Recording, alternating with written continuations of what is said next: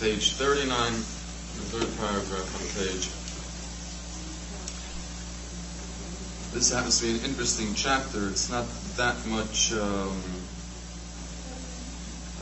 laws that are difficult to understand. It's more easy reading or easy understanding, I should say. But they're interesting laws pertaining to the. We're still talking about the davening part of the mornings, and so they quickly run through several of the laws pertaining again to the preparations in the morning and the davening. Purity of body and places for holding services. Everyone has it, chapter 12. It is written, prepare to meet thy God, O Israel. This means that we should prepare ourselves before coming into the presence of his name, blessed be he, and put on decent garments when going to pray, as we do when we are to meet an august prince. Even when we pray privately at home, we must be properly dressed.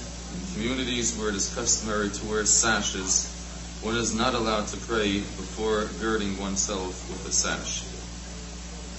The main thought being that a person has to be dressed properly and respectably before they go to daven, which means that you don't wear soiled clothes or torn clothes or not nice clothes.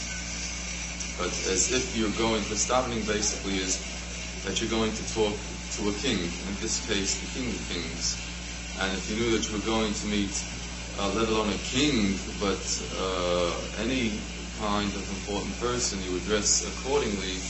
Same thing, if you're going to meet, which in this case is the King of Kings, you certainly have to be dressed properly. And this means not only properly, respectably, but also neat, clean, and so on.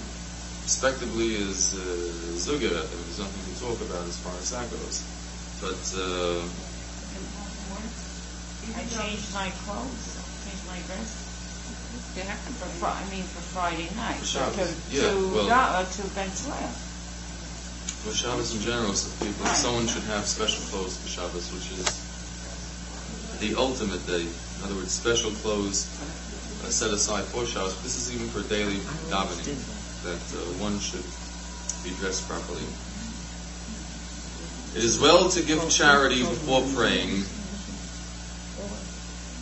It is well to give charity before praying, as it is written, as for me in righteousness shall I behold thy face. And also to resolve to observe the divine command, and thou shalt love thy neighbor as thyself. And we should determine to love every Jew as we love ourselves. For if there is, God forbid, dissension among Israel on earth, there is no harmony above.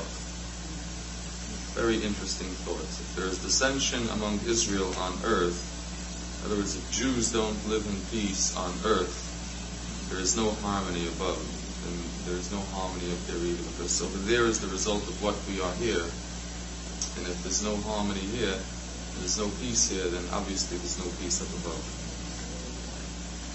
Bodily unity of the people on earth causes unity and concord of their souls in heaven above. By means of this, their prayers also become united as one, and united into one. They are acceptable before him, blessed be his name. Which, of course, seems to be the greatest sickness that plagues the Jewish people, and that is being able to unite all Jews, because there seems to be so many different philosophies and sects and groups with different ideas and different beliefs and different approaches that unfortunately it's not very united. But nevertheless, the ultimate obviously is for all of us to be united. And maybe one day it'll be. It is written, watch thy foot. I think here we go into cleanliness. It is written, watch thy foot when thou goest to the house of God. And our rabbis of blessed memory explain that this verse refers to the orifices that are near the legs. Therefore, before praying, it is the duty of every man to ascertain whether he needs to respond to the call of nature. Even if he feels the slightest need for it, he is forbidden to pray or to study the Torah as long as his body remains impure. If a person did pray at a time when he had to respond to the call of nature, if he had felt that he could abstain himself for the length of time within which he could walk a parasing about 1 hour and a fifth, his prayer is considered as valid. Otherwise, his prayer is a mere abomination, and he must pray over again. Some authorities hold that if one can abstain oneself for the length of time mentioned above, one may start praying in the first instance. One may rely on the latter opinion in the event that by responding to the call of nature, the legal time limit set for praying will have passed. Without really going into detail into the exact time of an hour and a fifth would really come out to, the main thought of the law is that if a person is impure in that sense, so of course first they should purify themselves before they go to daven. Again, the same thought being in mind that you're standing before the King of Kings and one should try to be as clean as possible. Meaning, of course, inside as well as outside.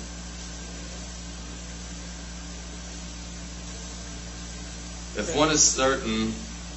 Excuse me, Rabbi, does that mean, in other words, like in the middle of the services you shouldn't leave to go, you should go before or after? A person should go before. If one has to go during the services, they go during the services. But the point is, while the actual service is being said by the person, one should be clean. If it's in the middle, it's in the middle. Preferably in the beginning, that when you start out, for the next hour or 2 hours that the service takes, everything should be all right. If not, you go when you have to. But in other words, once you have to go, you cannot continue davening. You must go and then continue davening.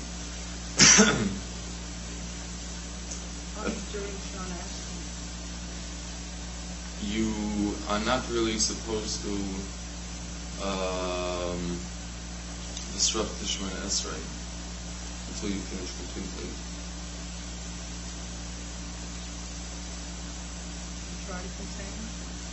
Well, contain yourself for certain, but you're not really supposed to. You're not supposed to move your feet during Shemoneh Esrei, let alone go walking. Well, usually if unless a person has some sort of sickness, if you go before, there's no reason why you should have to go in the middle of them. Right. But with Shemoneh Esrei, I would say only as a last resort. In other words, if possible not to go, definitely not. But only as a last resort, where there's absolutely no choice, and one has to go. And davening would, as he writes before, would be an abomination. In other words, the davening would have no value at all. Then might as well disrupt your Shemoneh Esrei, and if necessary, start again or continue. You know, because your davening's at home. And you brought a barcode. You take off your palace and fill it. Otherwise, even if you're in shul, no matter where you go. If one is certain that one will be unable to keep his body in a pure state before finishing the reading of the Shema and the prayer, it is preferable that one should allow the time limit set for the Shema and the prayer to pass, then pray while the body is impure.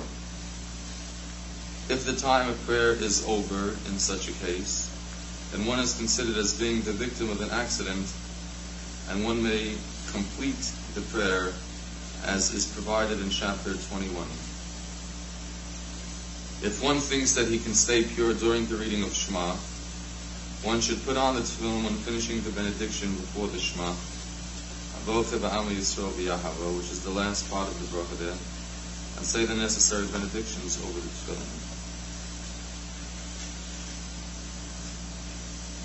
The main message really being to That if at all possible. Let us say you take off your towels and go up. And you come back. You have to drop it again over the floor? Just put them back on. And the same as with the towels. You take off your towels and then you put back on your towels. Same thing, you get more into both of them.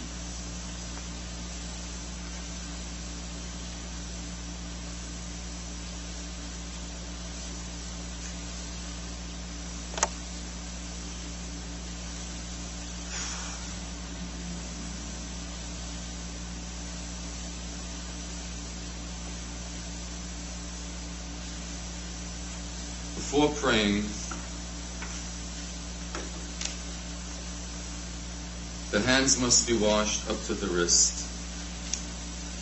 Even though one has already washed one's hands in the morning, as provided for in chapter 2, which means the very beginning, the neglavasa and the washing afterwards, but thereafter touched an unclean spot, like some part of the body which is customarily covered, and where at times beads of perspiration are found, or when one scratched one's head, or when one has not washed one's hands up to the wrist in the morning, then one must wash them again before praying. If there is no water available, one must look for it. When on a journey, one must walk 4 miles forward or 1 mile backward to look for it. For water we're talking about here. Yes. 4 miles. That's very important. If one fears that by searching for water, the time limit for praying will pass, one may clean one's hands with chips of wood, with earth, or with any other substance that cleans, and one may pray. For it is written, I will wash my hands in innocency. Hebrew, nitayon, also means cleanliness, which signifies, I will wash my hands with water if possible, and if not with nitayon, any substance that cleans. And again, the basic message being that the hands have to be washed before the davening up to the wrists, which is another form of cleanliness.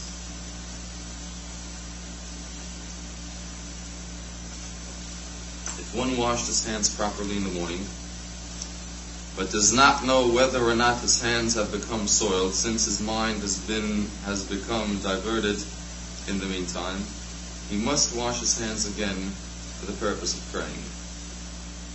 Even if he has studied the Torah between the morning hand washing and praying, it constitutes a diversion of mind, and he must wash his hands before praying. In other words, from when you wash your hands, it's got to be a hand washing with praying in mind to follow.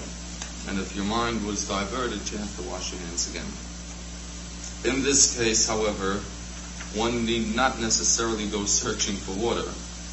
If there is no water available, and if by searching for water he will miss the opportunity of praying together with the congregation, which means with the minyan, he should not search for it, but should clean the hands with any cleansing substance and pray with the congregation. So in this case, he doesn't have to go walking 4 miles. One must make a serious effort to join his prayer with the congregation, which means one should make a serious effort to daven with a minyan, is the basic thought of it. For it is written, but as for me, let my prayer be unto thee, O Lord, in acceptable time. And it is written again, thus saith the Lord, in an acceptable time have I answered thee.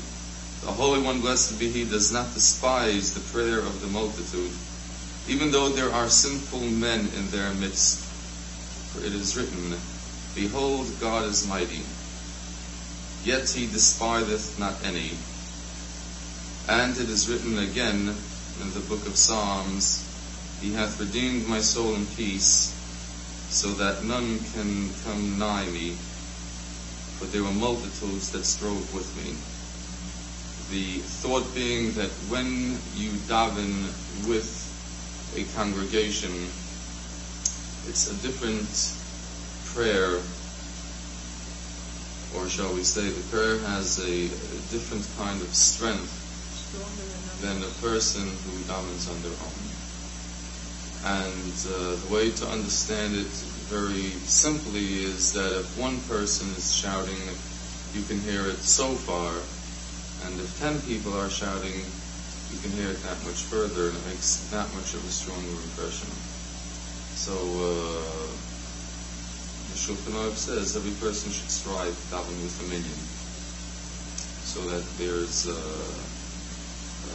a multitude of voices, thereby creating a much stronger davening than the person on their own.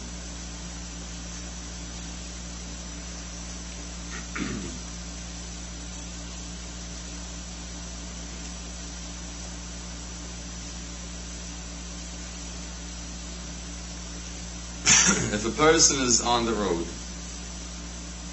and he arrives at a certain place where he desires to stay overnight, if farther on the road, within a distance of 4 miles, there is a place where public prayers are held, he must try to reach that community to pray with the congregation, provided that he can reach there while it is still light, so that it should not be necessary for him to walk all alone in the nighttime. Interesting. Yes, very interesting. We'll go over again. I just want to finish the whole thing. If the congregation is in the rear of him, he must turn back 1 mile in order to pray with the congregation. Needless to say, that one should not walk away from a community where they hold public prayer if one can arrive at one's desired destination while it is still daylight. There are a few interesting things stored here. First of all, just to see if you can come up with the answer, why forward is it expected to go 4 miles and backward only 1 mile?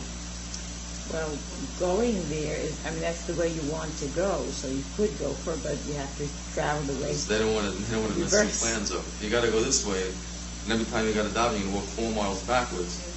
Not only won't you get where you're going, but you'll pass your house on the way, and you'll be behind your own house after a while, and you'll keep on going yet. So therefore, they don't want to put you out of your place. Number one. The other interesting thing is how they are concerned for the individual, where they say that after going through the first paragraph and telling you how important davening with a minyan is, to the point where your prayers are heard, and if you daven alone, your prayers are not heard, and so on. So first they build all that up, and then they tell you, but if it's nighttime, your well-being is more important than all that. And if it's nighttime, then don't walk it. It really applies to today's yes, well, everything That's true. fits in. Absolutely. That's true. I didn't think of it. That's true. That's exactly what I thought. It was important to know this, and now again, unfortunately. That's true. And this isn't even talking several miles. This is 2 blocks. This is my nephew coming home from shul a week ago, Friday. He had an experience where he had to stop a car, and asked for a ride home. What neighborhood is Come up with 2 angles. Ocean Avenue, and there's Okay. Okay. No. Okay. Goes to the shul on Bedford and Jim. It was around there. So we And saw so him. happened a black If he took a man. kid, if he stopped the car already, then he knew he I would do the same. He's a pretty I would slow do The the black same. man was sitting in the car, but he was very nice. He told him these boys were closing in on him, and he was afraid he was going to be run. He was walking. He was coming home from shul, and the black man let him come into the car and he drove him home. That's right. God was with him. Israel So is the same answer. thing. Israel is the answer. In Israel, you don't have to Walk worry. at any hour. You don't have to Day worry or about night. walking. Other worries there, but that you don't have to worry about. You don't think of it when No. But, I was just thinking some of the time this was written, wasn't there, it would be more like you have to be afraid of maybe animals or something at the dark rather than people People. at that time? They refer to them as listim, which mean robbers, people who So it's nothing new. We always No, we didn't invent it. No. No, we We did not invent it in this generation. We closed the bathroom door with the key so that in case anybody. This is reference to walking in the street. Over there, you can walk 1, 2, 3, 5. I know it's chilly in here, and I feel funny. You happy? I feel comfortable. oh yeah. It's very Very comfortable. You know, riding. It was only cold until you started to speak, Riding with the Rabbi. car. You know, well, I don't know if you know, Ben You know, it's really Kaplan, true. You get warmer because you get so interested. he's not a- You know, it really warms Much you up. warmer. He was It's riding true. near Bedford Avenue, and Avenue N or so, and a car, this was about 2 o'clock in the morning, he was driving his car, and as he was coming to the corner of Bedford Avenue, 3 fellows got out of their car from the corner and stood in front of his car, and so what did he do? Backed up. He didn't back up, he just went on ahead and they went over. Sure. And they got up, but they were banging on the car, and he was locked in. Yeah, he No, they weren't. They were. I had that piece at day school when I went Yes. to pick up. And My this is, daughter and he was. threw them over. He said it was either them or You me, put that so on. let them And go. it got on my car. And he didn't stop the car. And it started banging. They were So on what their I did, car. I They started thought blowing they were my horn. gonna. You got scared. You know, I blew my horn It's so lucky they didn't loud. chase you. So I wasn't going to go with it. I was just like, The only thing that's different from then perhaps to now is that over here they seem to stress the fact of nighttime. And nowadays it applies to daytime also. That's right. Where That's right. you're not really seen in the streets daytime. so they told me that to say. So those times at least it was perhaps a bit more civilized than now. It would seem that way. Okay, 9. It is highly meritorious to pray in a synagogue or in a house of study, as these are sacred places. Even if it happens that at times there is no minyan for prayer, it is nevertheless meritorious to pray there even by oneself, since they are hallowed places. He who is accustomed to study the Torah in the house of study should also pray there with a minyan. But if one does not customarily study there, one should pray in the synagogue, but there are a great number of people. For, and again he quotes, in the multitude of people is the king's glory. If there are 2 synagogues in the community, one should go to the farthest in order to earn a reward for the extra walk. We'll have to go back to young Israel. I'm No. losing. We have to go back to young Israel. Now, obviously, like that. obviously, this then would fall into the category of nighttime, because since our days are nighttime, so therefore the nighttime laws apply to us, and that means we go to the closest place. Really? Oh, no, yeah, but there's some people in the shul here really get a mitzvah because they do pass up shuls to come to us. Right. A man should always come early to the synagogue. By the way, when they say a man, it doesn't mean Yes, a we know. man. You know, I don't Both. think they go into that. It means everyone. But it's A right. A person. person is what it really means.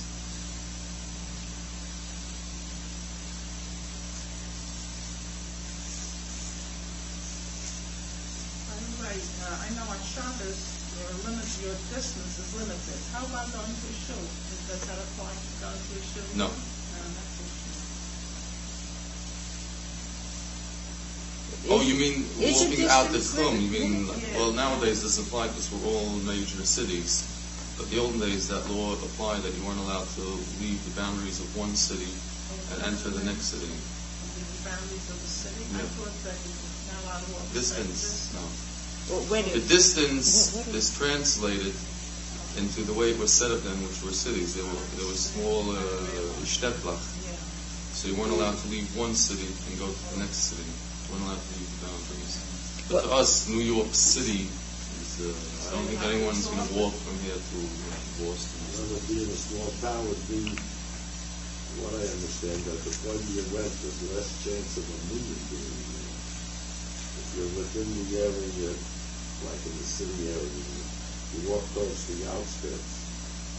Most people would daven within close to their area, but those that would go a further distance, because they know that it's hard for them to get in. You know, that's what I thought it was going to say. You know, the more of a mitzvah to make a minyan in a shul, which you'll know they wouldn't have enough men. Also true. Because maybe the population is less the further away from the midtown. Less Also, population. in New York, nowadays it doesn't really matter. There are there are some. Even though there is a distance that is really not permissible on Shabbos.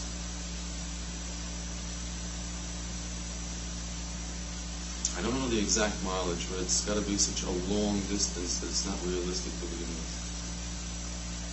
It's not going to be a realistic thing to begin with. But then it applied much more. Because the main thing is the boundaries. The way everything is situated. To be one to the other.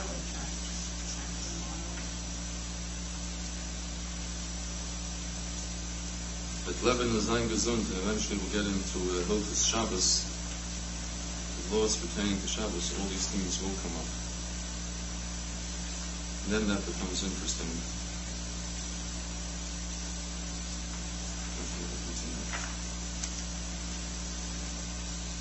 A man should always come early to the synagogue in order that he may be of the first 10. For if 100 come after him, he receives a reward equal to the combined reward of all. You hear this? Yes. That is, if you're one of the first 10, your reward is combined of all that come after the initial 10. Which you made the mitzvah, the minyan? You were part of the initial. Yeah. I was assumed that this really applies to everyone. In this case, it applies to Most women have other obligations. Whoever comes to worship should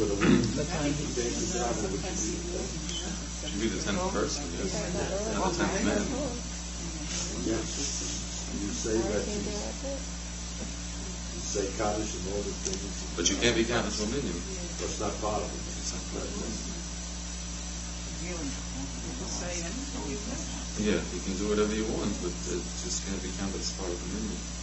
Whoever comes to worship in the synagogue or in the house of study, morning and evening, at the proper time, and tarries there the proper length of time, and conducts himself with proper respect, with merit, will merit long life.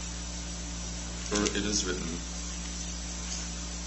happy is the man that hearkeneth to me, watching daily at my gates, waiting at the posts of my doors.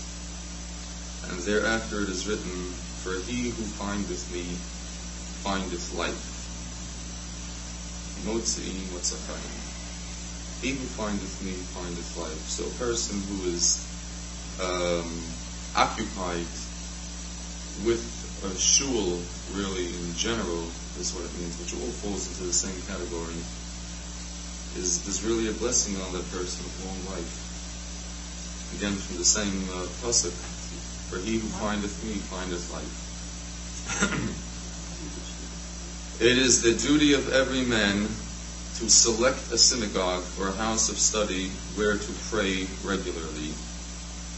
And he should also select a permanent seat for worship. The space within a radius of 4 cubits or 6 feet is considered as one and the same place in this regard. It is well to select a seat by the wall, as we find it to be in the case of King Cheskio, for it is written, then Cheskio turned his face to the wall. While praying, one should try not to sit next to a godless person. And when praying privately at home, one should also choose a regular place so that one be not disturbed by the members of one's family. Wow. You better We'll reread this one. Doesn't say religious. No. It says God. The first part means every person should have a permanent synagogue where they pray, and they should have a permanent seat in the synagogue. And again, that makes sense. A permanent synagogue in the sense that you don't go shul hopping every other week, and you have no home that you can right. First of all, a place of belonging, and number two, a home where you become part of the how can I put it? Part of what that minyan or that davening really accomplishes. In other words, if your voice is joining with 100 voices, then become a regular there. Don't go every week and find yourself new voices to join. In other words, if you're going to accomplish something, join forces with whoever you're going to join and become part of it. Yeah, they sell, in other words, you buy a seat. That seat is yours as long as you're a member. Yeah, but you see, some people feel that if you buy for the holidays, it's not yours all through the year. Yes, I know, but according to what it says here, you really should have a seat. You should have a permanent seat. You see? So those people were right, and a lot of people in shul feel that they're wrong. So they really don't. It's customary that when one buys a seat for the holidays, technically that's a seat. Technically that's a seat. Yes. You see, I was thinking of that when I said, gee, what's so terrible if they want to have it all year round? But that doesn't mean that you should buy the seats, actually. No, you're not buying the seat. No, that's what. You're sort of buying the right to the seat. Or, yes, right. You know, so that you know this is your seat. Right. Just sit there. Now, right. Now, the other thought is that we'll get into it later also, where it's brought down that a person should daven or should surround himself really with people or God-fearing people, in the sense that when the davening is going on, at least you have that much more on your side.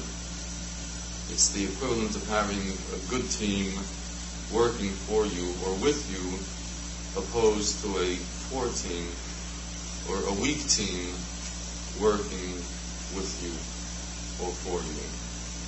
So therefore, we come into the second half of this particular paragraph, which is while praying, one should try not to sit next to a godless person. The reason being that this isn't meant to be, chas v'sholem, a put down to this godless person, because this godless person may one day turn into a God-fearing person. But at this moment in time, he happens to be a godless person. And if you want to maximize on your prayers or on your tefillos, on what's going on in the shul, surround yourself with people who are... So what happens to that poor lonely person? I mean, if that's the case, he would find himself sitting off by himself. Or you can ask, How can one separate something like that? Differently. How does one know if one is a godless well, person? that I won't even ask already. I mean, I already asked that question. You don't mean religious. Well, he says godless. What is a godless person mean? No. By being next to perhaps someone who isn't... I'll tell you, in Hebrew, the way they write it, a rasha means a wicked person. The English interpretation here is a godless person. The way it's written in Hebrew is a wicked person. In other words, if you know for a fact that a person is a wicked person, if you know for a fact that a person is a bad person, the way they write it, rasha, a bad person, a wicked person, then why should I sit next to him? We're not talking. We're not. Right. We're not. You don't accept it literally. Right. Well, we're not. Who am I to be the judge? That's right. Exactly. We're not talking about. We're not talking about a situation where someone is coming to the shul for the first time and they know nothing, and they're godless not by choice but rather by circumstances, and then again, who am I to say, being that you're godless, pastinish to sit next to you? But the way it's written out in Hebrew, rasha, which means a wicked person, a person who's an outright wicked person, just a no good person. Well, sometimes right. Now he's a Russia. He's a no good person. Probably not being shown. And he's a no good person. Wait, Rabbi, I think sometimes it's reversed. Sometimes you get a very, what we would call orthodox person who, like the Rabbi says sometimes, that he would know everything, what he's supposed to know as far as the book. But then you wouldn't think he's really religious from the way he talks and the things he does, like what it tells you not to do. I don't think that's the type of person he has in mind. They are certain say Russia, people like bad that. Person. Forgetting the English, if we were learning now the Hebrew What right now, about observance? without going with their fit in with observance? How can it? Without going with their interpretation, if I'd be learning the Hebrew side right now, my interpretation would be Layameg Layesha B'Tfila Eitzel Russia. That you don't sit next to a Russia. A Russia means a wicked person or a bad person. Which means obviously intentionally. Which means obviously intentionally wicked or intentionally. The guy's no good person. Right. There are no good people around also. Okay? Not everyone is like us. But they're not saying whether observant or not. No, I don't understand this. If he was a wicked person, why would he be in shul? Yeah, we assume people come to If he's a wicked person, why would he want to come to shul? Whatever. He comes to shul for whatever reason, but he's still a wicked person. He's been going to shul for 25 years, and then it's a habit. And whatever. He enjoys coming to shul for whatever reason. I mean, wicked could in everybody's mind. I can think of wicked as being one thing. You can think of being wicked as another thing. Right. This isn't telling. This is telling every individual, don't sit next to a wicked person. So you could decide who you don't want to sit next to. I think that's the answer. What the rabbi said. But no, what the rabbi just said. It's up to the individual to decide for well, themselves. I wouldn't sit down and say to somebody that I know I don't particularly care for, perhaps. In general, this has nothing to do with. But I mean, normally if I'm coming into a shul, I'll sit down with somebody that I know and that I... It's not a matter of asking if someone is wicked or someone is a bad person, why do they come to shul at all? I don't think that's a right... I think you're right. Maybe they come for the Kiddush. I don't know. The reason. They come. Who knows why? I really don't think that really belongs. How can we say that? No, I'm sure it's there for a reason. You don't think it's... I don't think so. I really don't What do you mean you don't I think it's casting aspersions on people. No. They're telling you a person who is an outright wicked person. Don't sit next to him, that's all. What kind of davening are you going to have if that's who you're sitting next to? I'm sure it's there for a reason. You can't say it doesn't belong there. I had this discussion with my son. He's also a member of the Nuta. Very active. That is shul goes. How do you like this tonight? Still, move away. Somebody sat in the seat. I moved back too. We was going to argue. Oh, you see how I obey the rabbi? I said to him, the way I interpret it, if you're a study, the stranger comes and sits in your seat, it's just like you invite him to your home. Do you guess? You have no right. Well, you got enough people that'll tap him on the shoulder and say, there are enough people who would tell him. No, he feels that. That's the right way. That's the way he feels. It's the right way. But I says, but then take a look at the other story. Supposedly you weren't there early and all, and there was seats vacant. He came in and there was a seat that was vacant nearest to as he was coming down the aisle. Mm-hmm. And we sat down there. Maybe he was busy or something. Like he came to shul. He comes to your shul. It's just like If he sits in your seat, you don't, right. Because you, as a member of the shul, of being so active, you're part of the shul. If I was a stranger, it's a different thing. Someone sits down in your See, seat. so it goes back to the same thing. If you have I members, personally have never had it happen this to me. is happening. Then I came shower swimming to shul. Then you see that. No, but I noticed that this sometimes does happen, that you come to shul, and these are regular members who come to shul, and they will invariably not sit in the seat that they've sat in before, will sit in someone else's seat. Mm-hmm. When that person walks in, their seat is already taken. Mm-hmm. So they sit down there someplace Yeah, else, whatever. That's So, the nicest way to go about it. Find way to go about it. You're not but going how to can you argue. tell that person this is my seat, you know, and I wouldn't really, there's no name on your seat.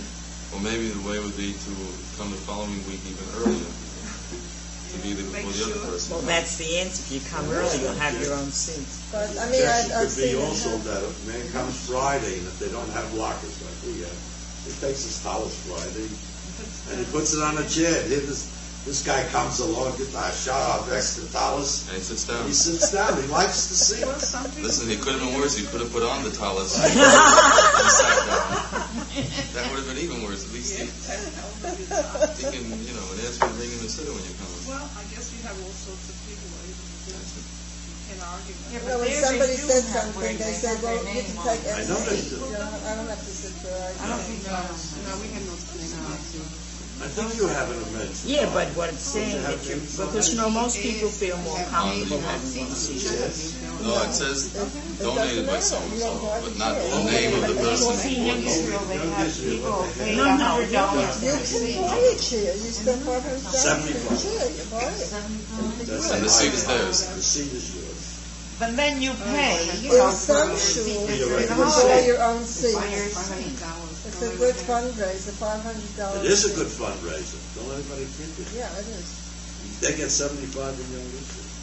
75, that's cheap. I have a friend of my wife sit next to him. He took 3 for his 2 boys himself. His 3 times 75 is over $200. You go into Williamsburg, you go to Monroe, New York, where the Satmar Rebbe is, and to sit in the first few seats right around him, seats go for $5,000 a seat. What kind? Sit and daven next to him. You don't have to worry about him, There's no laboratory. and they wouldn't pay $5,000. How much? They pay 5,000 not to sit here. Not here. No, as They are about said, seven. The They more have- park you can. 7 Memorial. I would say that about half of the How is it so places is cheap? about 400. They're losing it. 75 times about 200. Right? As members. It is obligatory to hasten while going to the synagogue or to the house of study, or when going to perform some other religious duty. For it is said, let us know, let us press on to the Lord. And it is written further, I will run the way of thy commandments. Therefore, it is permissible to speed, even on Shabbos, to perform a religious act. But it is forbidden to rush in the synagogue or in the house of study.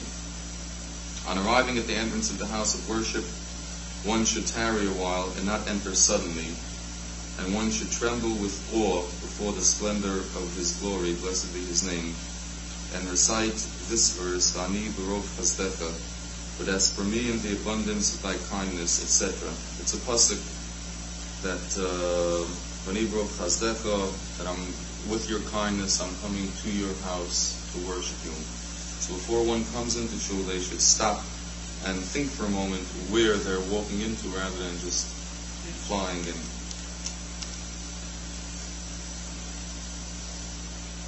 I really think everybody in our shul should have taken this course. Every Jew should... You know, people don't know. And you can see. It's very interesting to just go like this, and it's really a fantastic course for everyone. Why they don't come in and do it, I don't know. Well, because most people, what they They do think is by... that they know, but Right, they or don't. by word of mouth, and then here's where they can really find out. Thereafter, one should proceed with fear and awe, as when walking before a king. In communities where Jews dwell in the streets for themselves, one should wrap himself in tallis and put on the tefillin at his house, and thus walk to the house of worship. In a community where Jews live among other nationalities, or in the event one has to pass through filthy alleys, one should put on the tallis and film in the corridor of the house of worship, which is the way we do it in America.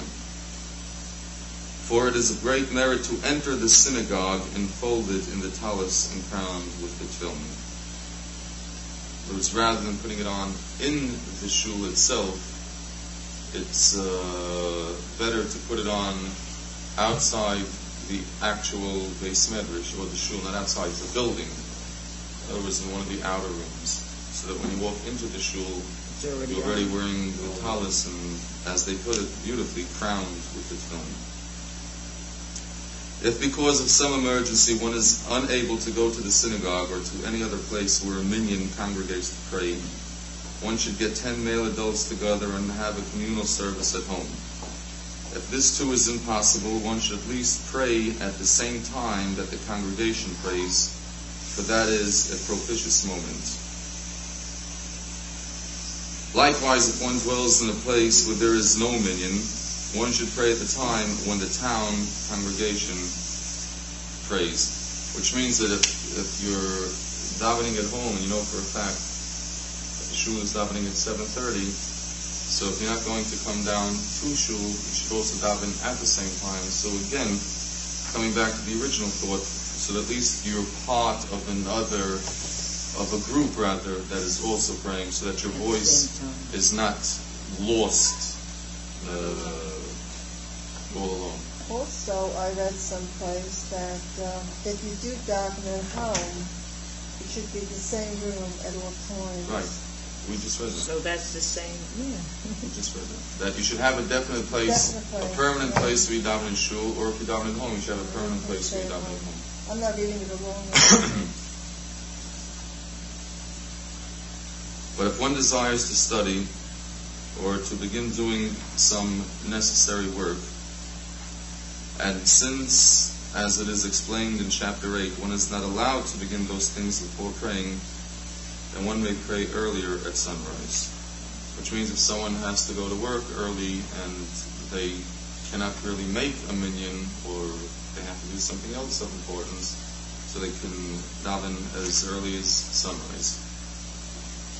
If one has a weak heart and cannot wait for one's meal until the congregation is through praying, one is allowed to pray earlier at home. Only in one's house may one pray earlier in this manner. But if one has already come into the synagogue, where they pray as a congregation, one is forbidden to pray before the congregation prays.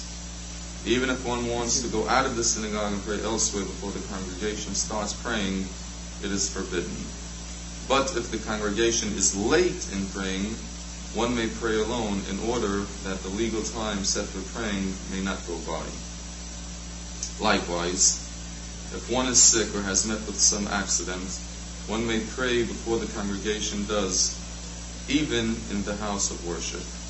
It is, however, best in such a case to go home and pray, so that you don't make it obvious that you're not participating with the minyan. Some authorities hold that if one minyan had prayed in the synagogue, and then another minyan comes in to pray, the second chazan is not allowed to stand in the same place where the first one stood, because it is an affront to the first people if they have not as yet left the synagogue. If the first minyan had taken out a Sefer Torah and read from it, the second minyan is not allowed to take it out again for reading from it in the same synagogue. In many communities, however, they are not particular about these matters, and it all depends upon the custom of the community. And the acceptable on that is that we are not particular in these matters. In other words, if one minyan comes in there for another minyan, it can be 25 minyanim. You go on to daven, and you take out a Sefer Torah, and you read, and you do whatever is necessary. So with whole shul, then they only had to say one Sefer Torah at that time. If they didn't have another, naturally they would have to take it out. Yeah. Furthermore, if there's only one Sefer Torah and saying there are two minyanim going on at the same time, so one minyan does their laning, and then you take the Torah into the other room, and they do the laning also.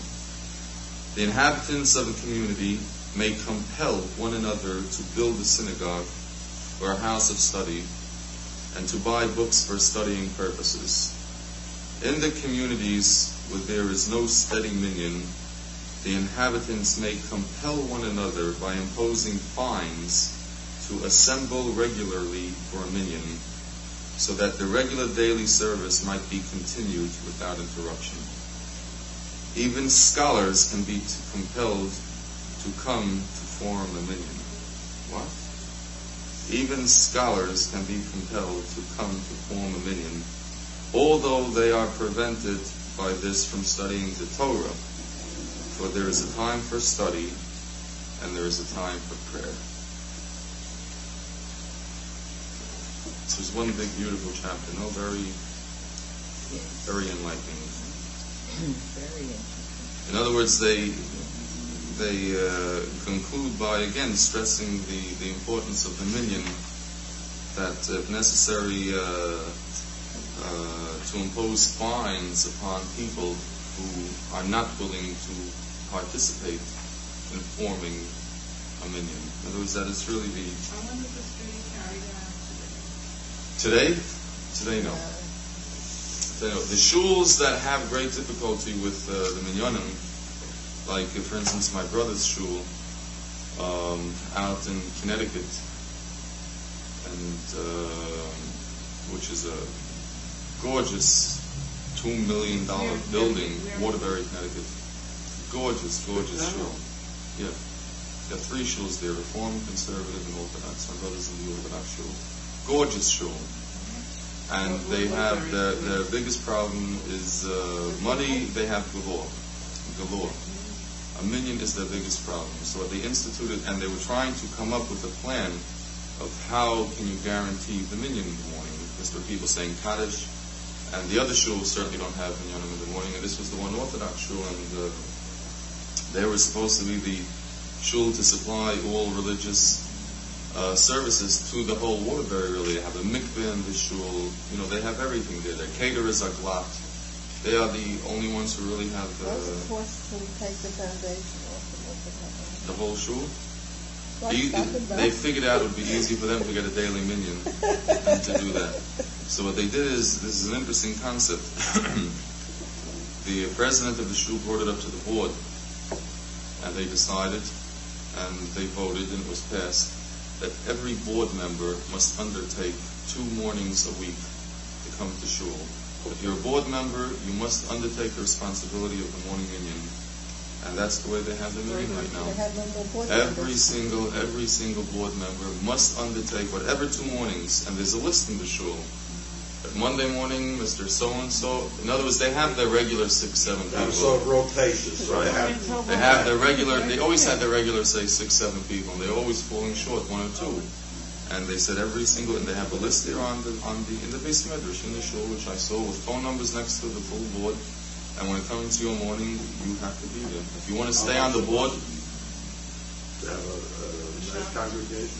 On Shabbos a little bit better, but far from a Brooklyn type crowd. Far from the shul was. We were just about finishing tomorrow, rather. It was a mincha, rather. And somebody came to the shul around the corner. We went to somebody for the mincha, so we said we just finished. And we come in, so we came in to finish it. By the time they finished mincha, 1 or 2 people fell in those, so we had to say a block of no, you don't say it twice. To daven, you have to have at least 6 that have not davened yet. But you have 4 to answer. You have 4 that can be counted. Though they daven, they participate in Kaddish and Kedusha. Kedusha, yeah. You don't daven again. No, not daven. I'm saying Kedusha. Yeah, you're asking if you daven again. Just to answer. Yeah, you answer. You could add to the minyan. Right. You can be counted, but you have to have a majority that has not yet davened. The shul that I That's 6 that have not yet davened. The shul that I help build on, usually on Sunday, my husband would go outside and ask any man that's passing if they're Jews. They said yes, with also mailmen or whoever it was, or they're going to Jews. They said they had to go. One time, got a man, it was on Sunday, had to go in his truck. He says, no, he says, we need you for the minyan, the 10th man. And he came in. What happened here, I won't mention the name of the rabbi of the shul, a friend of mine, here in Sheepshead Bay, that's all I'll say. And they called in, it was during the winter months, and this is, everyone says the same story, but the fact is it happened over here. And they were looking for the 10th man, and the shamas, or the rabbi, whatever, they went out and they dragged the guy in off the street, and they said, can you spare a half hour? He said, yeah, he come inside. They put him on talis and film. and everything. And it was a Monday morning or Thursday morning, obviously it wasn't Shabbos. And they were laning, so they figured they would give him an aliyah, thanking him, to come to shul. And they asked him, "What's your name?" The guy says, "Vinny." And the guy was Agoy v'yal Agoyim. And he's saying that in Talis. What happened to that case? He was the 10th man. I know, but he was the 10th man. Which the rabbi told it to me, because he couldn't believe it. What happened? He was the 10th man. Yeah. Is it a the davening was right. The davening was with 9 men. That's all. When he went to call for Aliyah, he said. Oh, they didn't. You mean they didn't ask him if he was? No, they assumed he was. The guy, if they figured that would be a non-Jew, he'd say, "I'm not Jewish," and then what are you doing to me? He let himself put on tallis and film, which is. But he didn't know you have to be figured a man. What do you mean, why not? He wasn't Jewish. He didn't know. It would be kind of weird though if you take a person off the street and you put film on him. The person doesn't know what film is. It's a very foreign thing to grab someone and start tying his hands up. Yeah, but wait a minute. If they're not Jewish, they put the yarmulke on as respect. If you're not Jewish, you go to shul. He probably knew that you had to have sex. Yes, so he But figured. he didn't realize that. That's right. He meant well. And they were going to give him a aliyah. That Very way. easy. 6 dollars out of 10. Actually done. Yeah. Well, 6 that have not davened. 6 that have not davened. They could have converted him, give him a Hebrew name right there and then. That's embarrassing. Very embarrassing. Instead of Phineas, it would be Belville. I think after I mean, that, everyone jokes about it. It actually happened. I think after that they'll have to know to ask, "Are you The guy, Jewish?" they could have, Well, I'm going to tell Willie that you better be careful. So we were at the airport at El Al. 3 That's times terrible. the Rabbis were at the airport. 3 times they walked out, a different man each time to Harry and said, "Come, we're waiting for somebody. Come over here and try." So he said, "Oh, I already did." And they looked at him. When he turned around, they said, "The yarmulke." And he said, "Oh, okay, we leave him alone." But 3 times. It was just that. Oh, they go around to the airport. At the El Al airport. Yeah. Oh, that's what they do. They're in all the streets in Manhattan. On Friday at noon in Manhattan, here on Queens Highway, they have the Mobile truck. He doesn't. Yes. Oh, yeah. I've seen on Eastern Park. They didn't It's think popular so. right here on Queens Highway, the main street here. What is it, East 16? You know what they do? They walk into stores. I know somebody was telling me. They take them to the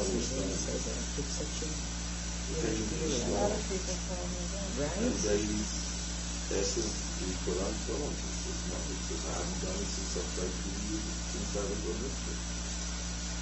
Okay, put it on. We'll say the prophet for the afternoon. And every week they came in that particular day. They probably went to different places. They come in that particular day. They come every day into the store. They do fantastic work. They do a lot of good work. Yes. Yeah, I've seen them circus week They're not with bad. the Lulav. I've seen that. They also come. They would send women to make a kosher kitchen for you if you want. They do a lot of good. For every person that looks upon them wide-eyed, when you walk up in the street and you see a young guy walking up to you, with the regular Lubavitch garb, say, and a lot of people just look upon them like they're, from some distant planet, and they're not normal. But for every few people who look upon them that way, sooner or later they hit onto someone, which makes it all worthwhile. I guess so, because they've been doing that for some time. I They understand push they're very on. successful. Well, the Lubavitch Rebbe himself, that's his main. He's constantly encouraging. If you're out there and weeks go by and everyone only laughs at you and they poke fun at you, sooner or later you'll hit onto someone. And when you hit onto that someone, it's all worth it. Because you don't know what that someone will produce in the years to come. That's why it says, he who saves one person is as if he saved the whole world. And what's the explanation? If you save one person, why is it as if he saves the whole world?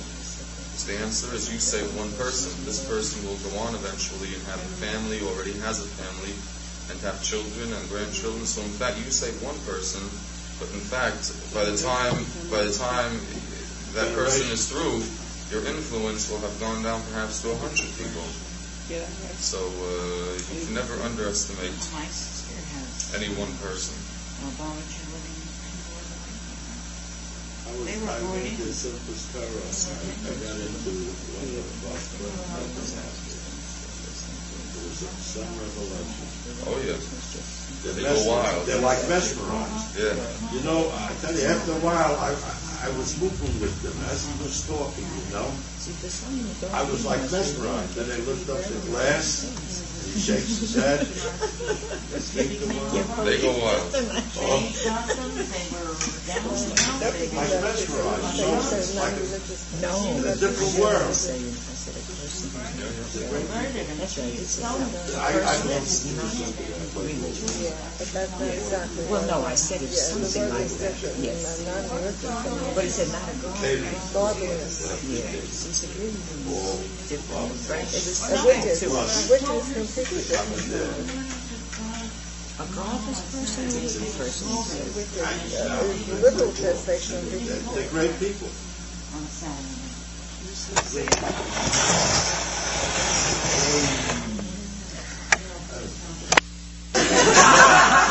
The following was taped February 5th, 1979.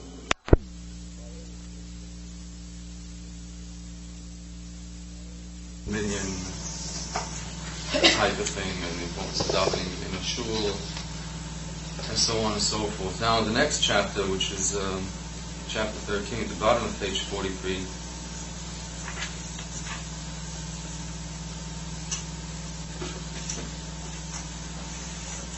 it talks about the sanctity of the synagogue and the house of study, which is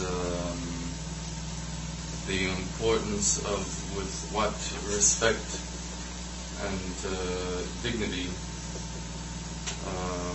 one should hold a shul or house of study, which means a yeshiva or a shul. So it's basically, I hate to use the expression easy reading, but in a sense there are no complicated laws to remember. It's just very interesting, and of course these are the laws.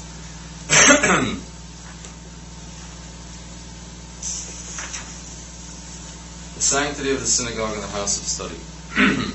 The sanctity of the synagogue and the house of study is very great, and we are enjoined to fear the one who dwells in them, blessed be his name. As it is written, and my sanctuary shall ye reverence. The synagogue and the house of study are also called sanctuaries, as it is written, yet will I be to them as a minor sanctuary. And it is explained that this verse refers to the synagogue and to the house of study. And therefore it's from that origin that we refer to a shul, or the inner part of the shul. I mean, like that room over there is not the sanctuary. The sanctuary means literally the sanctuary, meaning the inner part, or the part of the shul where the davening takes place. Though not all people like the name sanctuary, the fact is at times it's referred to it. Therefore it is forbidden to engage there in gossip, or to make there any calculations, except those pertaining to religious matters, such as the counting of charity money or the like. Such places must be respected, kept perfectly clean, and candles should be lit therein to show our reverence for the place. One should not kiss one's little children there, because no other love must be shown in a house of worship except for the love of God. Blessed be his name. Taking this in order, therefore it is forbidden to engage there in gossip, which I guess would mean that you have something worthwhile to gossip about, so step outside and finish your gossiping, and then you come back into shul. But as far as the other things, one should not kiss one's little children there, because no other love must be shown in the house of worship except the love of God, is stated in the Shulchan Aruch, as it is here. And those are the laws as it's written pertaining to the shul.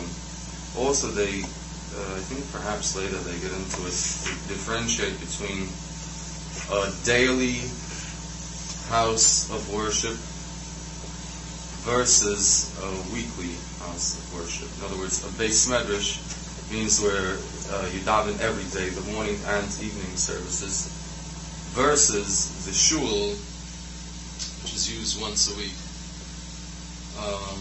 on Shabbos, Friday night and Shabbos, or the Yom Tov and so on, where different laws pertain from one to the other. I hope they covered it here. If not, I'll throw in a few. For instance, in a beis medrash, which means the daily place of worship, you're permitted to eat. You can have a l'chaim, you can eat a piece of cake, and so on. In a shul, you are not permitted to eat. In a beis medrash, you are permitted to smoke. In a shul, you are not permitted to smoke. I'm using the terminology shul, meaning the once a week place where people daven just on Shabbos. May I ask a question? Yeah. Formerly weddings, I think they still do have weddings that are held in the Shul. in the sanctuary, in the inner part. Do these laws then that we're reading now do not apply to such occasions? I take it. Which laws? Because if you have, you talk about gossip and serious business during the wedding, there's supposed to small talk, there's certain things that happen. So I don't know whether or not if it means just during the times when you're davening or no, at all times. At all times. At all times, really. But these are laws that everyone takes, and as much as they observe and so on. Well, during the services, it goes without saying that we had in the laws pertaining to the service. Either we had it or we're going to get into it. During the services,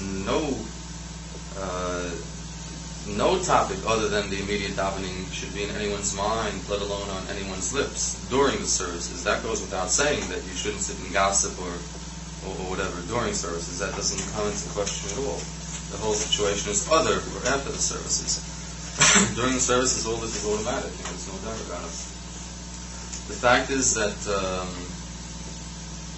a house, a shul, should be kept in esteem in the sense that really nothing other than davening or studying should take place there. And some of the shuls that have the chuppahs in the shul, it's only because they have no choice. It's got to be, you have to have a chuppah somewhere. The original place for chuppah really is in the outdoors, underneath the sky, the natural sky.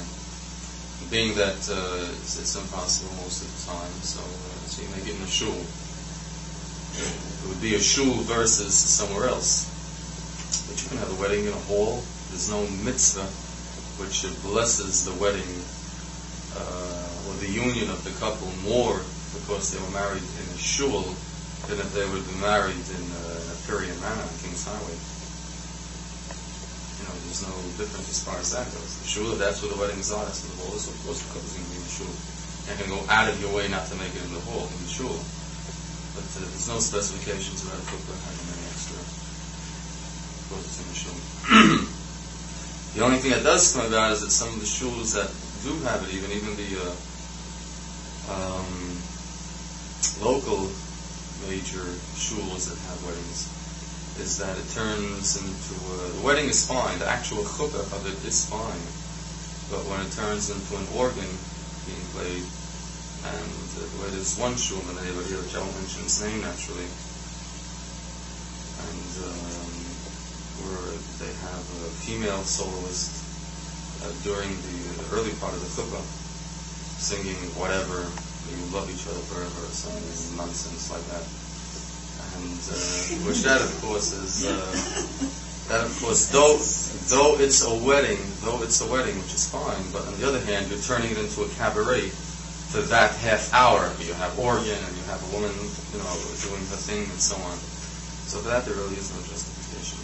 They do it. I suppose they have no choice, or they have to, or whatever. I really don't know.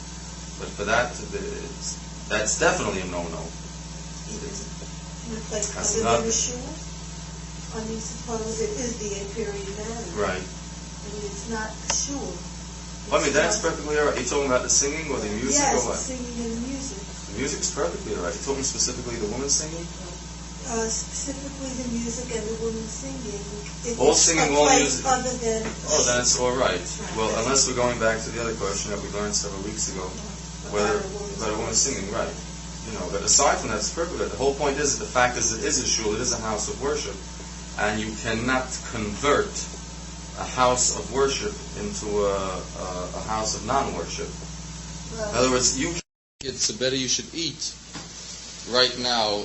In fact, not having made the bracha, and God forbid mentioning the bracha in vain, in case you did make it, unless it's grace after meals. Grace after meals, if you don't remember if you benched or not, then you have to bench again. Okay. On benching? Let's say an hour goes by and you suddenly said to yourself, did you bench or you didn't? It's broken down into detail law. If there are other people sitting at the table, if you're in the middle of a meal, say you're sitting at the table and you're having a meal with someone else or even by yourself, and then after the meal you relax, you're having a cigarette, you're reading the paper, and an hour goes by, say 3 hours passed by, and you say to yourself that I don't recall if I benched yet or not. But furthermore, if I know for a fact I didn't bench it, but you can't eat in the morning 9 o'clock and decide to bench at 4 o'clock in the afternoon. The benching must follow the meal. The law is, if you're sitting by the table and your mind is still with the meal, which means that your mind was not taken off the meal, in your mind that this meal has not been concluded yet, then you can go on to bench, even if it's 2 hours, if it's 3 hours. Certainly if you're gnashing throughout this period of time, so even if it stretches into a few hours, you can still bench. However, if you've completed your meal and you get up from the table and you walk away from the table, and let's set the time at an hour has passed by and you haven't benched, then you don't bench at that point. Which means that in your mind the meal was concluded, you finished eating, and you're doing whatever you're doing, then you don't bench thereafter. What they're telling you, if you don't remember, is right away, that it's still within the benching time limit, and you don't remember if you benched or not, you bench again. But if you did not bench, if you, period, you just didn't bench, and you walked away to do your thing, you can't walk back 3 hours later and sit down and start benching. Do you know even in Soren is taken from this, that they tell you not to take, if you're supposed to take something with the meal, don't take it later than a half hour after. So I guess it's like the same thought. It has to be, like you said, with it. There are time limits set on everything, from when a person washes their hands before they sit down to eat, and a person washes their hands to sit down to eat. Too much time cannot lapse between the washing of the hands initially and the making of the motzi. You can't wash your hands and then sit down and do something for 10 minutes and then decide that you want to make the motzi and sit down and cut into the challah. It has to be done right away. You wash your hands, you have to sit down right away and eat the challah. Then even once you made the motzi, you can't wait 10 minutes till you bite into your first piece of challah. You have to make the motzi and eat the challah right away. Everything works here with, there's a chain. Oh, totally. Systematic all the way.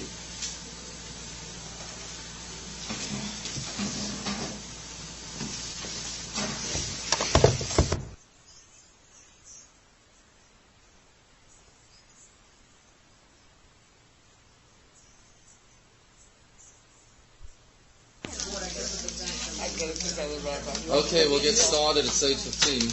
Come on, Slay, let's go. Last week we had started learning the various laws pertaining to the brachas, to the blessings. How one goes about making blessings in the proper way, to make the blessings, and the proper thoughts that one must have in mind when they make the blessings. Just to set the tone before we go on further, is that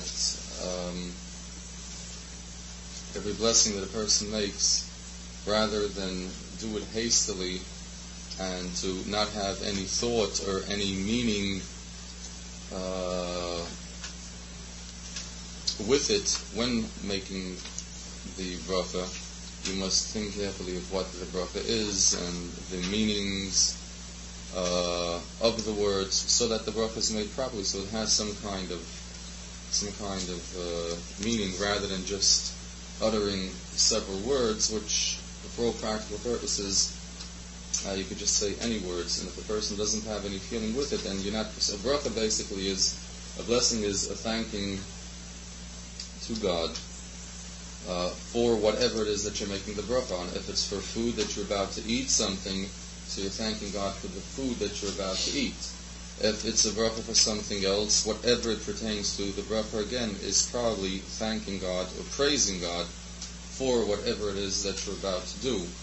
So the same is with davening also, which we learned, that the davening should be done carefully, not hastily, but rather thought out and with concentration, because again, it's prayers and requests and praises, and if you just do it habitually and it has no meaning, then the davening, in fact, I wouldn't go as far as saying that it's in vain, but it's certainly you're not fulfilling the complete intentions of what the services were meant to be. So therefore everything should be done with something in mind. You make a bracha, such a thing, blessed art thou our God, and so on, that you're thanking God for the piece of bread that you're about to eat. Yeah. I want to ask this question. All these prayers that we say in Hebrew, if the language is not familiar and you don't really know what you're saying, like Nuta and Shabbos, I can read Hebrew. I do not understand it. I don't know how exactly English side is translating in Hebrew, but I wonder if we spoke it in English, whether we're thanking God for a bread or we're thanking for the fruit, if it would be just as acceptable in English instead of saying the prayers in Hebrew. Yes, he you can understand what you're saying. He understands.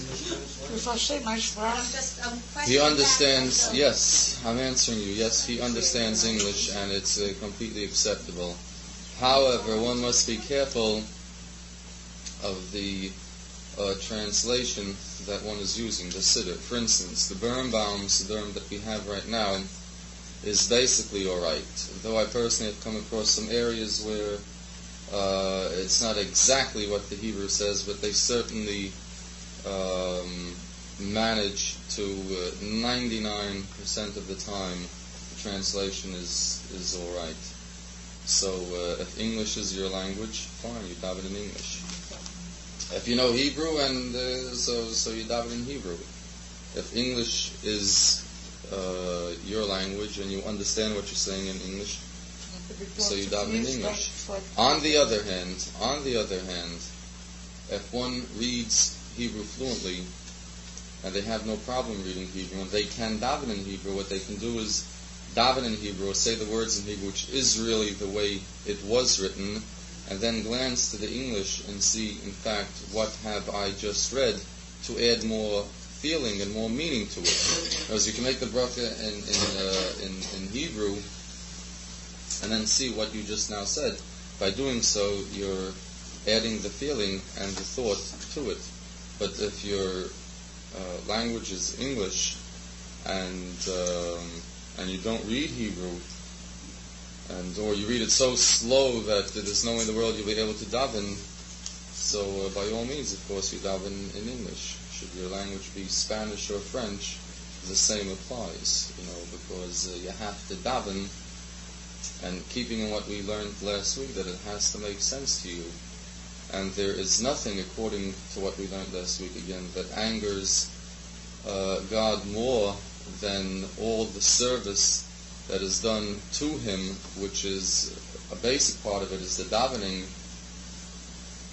is done strictly without any feeling or without any meaning, where you just run through a page of davening, or you just run through the whole davening, and in fact you don't even pause for a moment to really think about what you are saying and what your davening is all about. So any way you arrive at the most desirable way of davening, which is to have feeling and emotions involved, is the proper way to daven. Rabbi, I just, in reference to that, I had a few discussions on the Shema. They say that that's one prayer that you can't say in English. We get into it in a little while, the actual prayers, where they break down the actual prayers in the order. For right now, we're accepting the fact that everything is all right. We soon break down the actual davening. The Shema being the most important part of the davening. The first paragraph. Shema Yisrael Hashem Elokeinu Shema, Hear, O Israel. Yeah. If a person cannot see, or some people can't read, and they thank God for the particular thing they've read or whatever in their own sincere way, I assume from what you already told us, and that's accepted? If they can't see, it's obviously accepted because they don't know what to read. If they can't read, meaning they can't read any language at all, I take it. They just can't read, period. Any language. Hear or see. And they do the best that they can. A person always works with whatever he has to work with. If you don't know better. The main thing is the sincere. If you don't, that's basically as a last resort. If you don't know how to read any language, and then you have nothing left except what's in your heart. You know, to at least have the proper thoughts, the proper feelings at the time, if that in fact is the situation. Okay, page 14. We'll go on a bit. That was basically a synopsis of what we learned till now. The fact, because this is really the introduction to making the brachas, the blessings. So that's the introduction to it. That before you go into any bracha, it has to be with the proper thoughts in mind. Page 14. We'll go over 6 again. Because that was the last part that we learned last week, and that was towards the end, and we just ran through it. If a person is in doubt whether he said any one of the benedictions, he is not bound to repeat it except grace after meals. In other words, any bracha that a person is in doubt whether or not they made it, you do not have to repeat it. The obvious question, what could be wrong if you do repeat it, if you don't remember, is because you will be repeating God's name again. And should in fact the situation be that you already have made the bracha, so obviously you're mentioning God's name in vain. So therefore do not, the sin of mentioning God's name in vain will be so great that you do not repeat the bracha that you made, unless if it's grace after meal, which is the benching. Okay, we'll go on. A man must pronounce at least 100 benedictions daily. This is interesting. A man must pronounce at least 100 benedictions daily. You have to make 100 brachas every day. This law was enacted by King David. A hint to this effect is found in the scriptures in Samuel. The saying of the man who was raised on high. The numerical value of the letters in the word al is 100. That would be a ayin and a lamed, al. Ayin is 70 and lamed is 30, which makes it 100. A support for this is found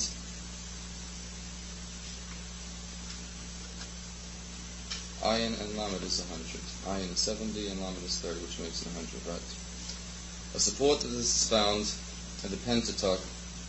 Now, O Israel, what does the Lord thy God require of thee, but to fear the Lord? Do not read ma, which means what, in the sentence, what does the Lord require of thee, but mea, which adds up to, which means 100. And it refers to the 100 benedictions. So they're bringing you two different ways of approaching it, that it adds up to 100, which means that a person is required to make 100 brachas daily. The recitation of the benedictions will cause one to fear the Lord, to loving Him, and to constantly remember Him. The curses contained in Deuteronomy, number 98, and adding to them every sickness and every plague, the number is increased to 100. In other words, the curses that I mentioned there, if you add them up, they equal 98.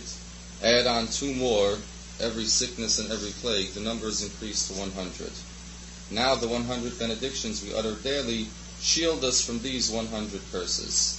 On the Sabbath, festivals, and fast days, when the number of benedictions is reduced, the deficiency is filled by paying attention to the benedictions recited by the Chazan, when he repeats the Shemona Esrei, and by the benedictions pronounced over the reading of the Torah and the prophets, which is the Haftorah, after which we respond, Amen. The number may also be increased by blessings over extra dainties, which means foods, or any other pleasurable type of bracha, which we get into. There are various things that one makes a bracha on, though it is not a food that you are about to eat. But we get into that later. If you hear thunder, if you see lightning, if you see a king, if you see royalty, if you see the President of the United States, which is not royalty in our sense of royalty, but in fact it is royalty, there is a bracha. If you see the President of the United States, you have to make a bracha. No, in person. In person. You talking about making the bracha on TV? In person. That's very interesting. Yeah. There's a bracha for everything. See the president. There's a bracha for any royalty or any person who is in a position of great power or great ruling. You make a bracha. Without getting into that, that particular bracha would happen to be something to the effect that you bless God who has given of His glory and of His royalty to human beings as well. The fact is, if someone is a king and is a ruler over X amount of nations or people, or in our case, say if a person is the President of the United States, there's no question about it that it is one of the highest respected positions in the world, if not the highest perhaps, being the President of the United States, which means it's a glorious position, and obviously God had bestowed it upon whoever the individual is. So when you see that person, you make a bracha. But getting back to what we learned, is a person is responsible to make 100 brachas every single day. And you include into that every bracha that a person makes, which would mean the davening, the Shemona Esrei, during the eating, the benching, everything that a person makes brachas on are included into that. Being that on Shabbos you lose out the Shemona Esrei, which is 18 brachas to begin with. So first of all, you lose that at night because it's the Shabbos-dik Shemona Esrei. It's not the regular weekday Shemona Esrei, which has 18 blessings in it automatically. So right away you're losing out. In the morning you're losing out again, Shemona Esrei. And then to Mincha Shabbos afternoon, again, you're losing out on your regular Shemona Esrei. Because you have all Shabbos Shemona Esrei. So therefore you make up those deficiencies by listening to the Chazan davening and answering Amen after his davening, or the reading of the Torah, or every person who comes up to the Torah and makes a bracha over the Torah, as well as the Haftorah.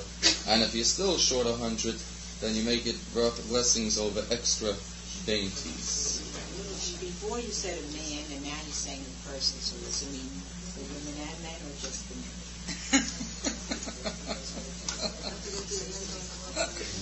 Well, women, that's, so I assume you mean the man. That makes it a little bit easier for us, for the women. Do you want it to be made easier? No, I want it to be like it is. Oi, oi.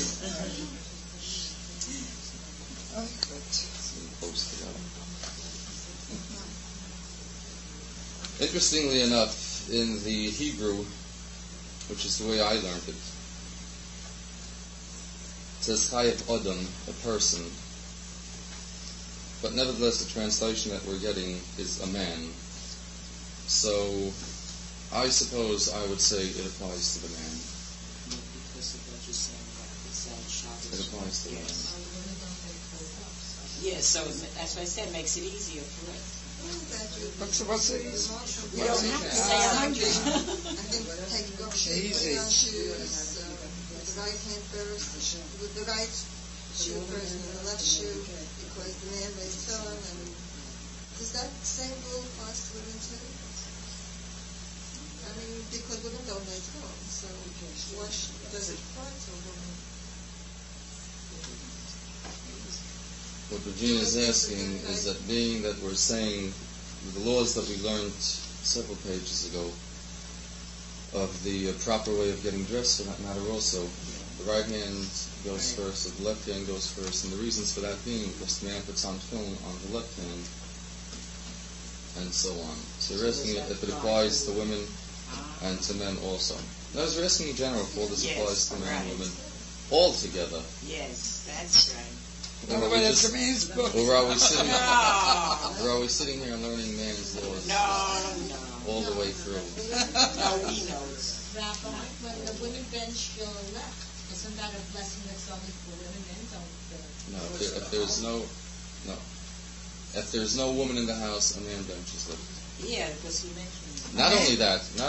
You mean man benches list too? If there's no woman. Not only that. Well, that's usually the usual situation, that if there is no woman in the house, a man benches it. The fact is that even if a woman is in the house, a man can also bench them, but it is an honor that has been bestowed upon the woman of the house. It is an honor that has been bestowed upon the woman of the house, but a man can also bench lift. On the other hand, a woman can do things that, though a man ordinarily does them, a woman can also do them. For instance, a woman can make Kiddush Friday night. A woman can make Havdalah. A woman can light Hanukkah lit. And so on. A woman can conduct the Seder. It's customary if there's a man in the house and there's a woman in the house, so the woman will bench the lip and the husband comes home from shul, he'll make Kiddush. He'll make Kiddush. Fine. A woman can also make Kiddush. A woman can also make Havdalah, as I said. It's not strictly the man that does it. The responsibility lies upon the woman as much as the man. So in the house that is, but in shul it's more... No, but all these things that pertain to the house. I'll do this, which would be in all fairness to everybody. Though next week, Matse Hashem, I think is the last Monday before Hanukkah, because Hanukkah is 2 weeks. So I had planned for next week, really, the class should be devoted more or less to Hanukkah, the laws pertaining to the Hanukkah, it's permissible, it's not permissible, and so on. But what I would also do then for next week in Matse Hashem is to break down the questions that we're talking about, what applies to the man and what applies to the woman. And break down, I mean actually write it up for myself on a piece of paper, so that we can go through it in organized fashion, rather than talking off the top of my head. So that we'll have it and we'll know exactly what is written down is so and what is not written down. In fact, it's not applied. Rather than going through...